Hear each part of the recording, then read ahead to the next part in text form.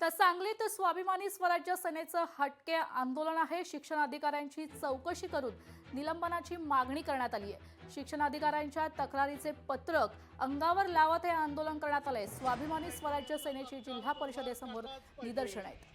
सांगलीत प्राथमिक शिक्षण अधिकाऱ्यांच्या चौकशी करून निलंबित करण्याच्या मागणीसाठी स्वाभिमानी स्वराज्य सेनेने आंदोलन केले। सेनेचे संस्थापक अध्यक्ष प्रशांत सदामते यांनी अंगावर शिक्षणाधिकारी मोहन गायकवाड यांच्या तक्रारीची पत्रक लटकवत जिल्हा परिषदेसमोर निदर्शनं केली आहेत। शिक्षण अधिकाऱ्यांची चौकशी करून निलंबनाची मागणी करण्यात आली आहे। सांगलीत प्राथमिक शिक्षण अधिकाऱ्यांच्या चौकशी करून निलंबित करण्याची मागणी स्वाभिमानी स्वराज्य सेनेने केलेली आहे। तर स्वाभिमानी स्वराज्य सेनेकडून आंदोलन देखील करण्यात आले।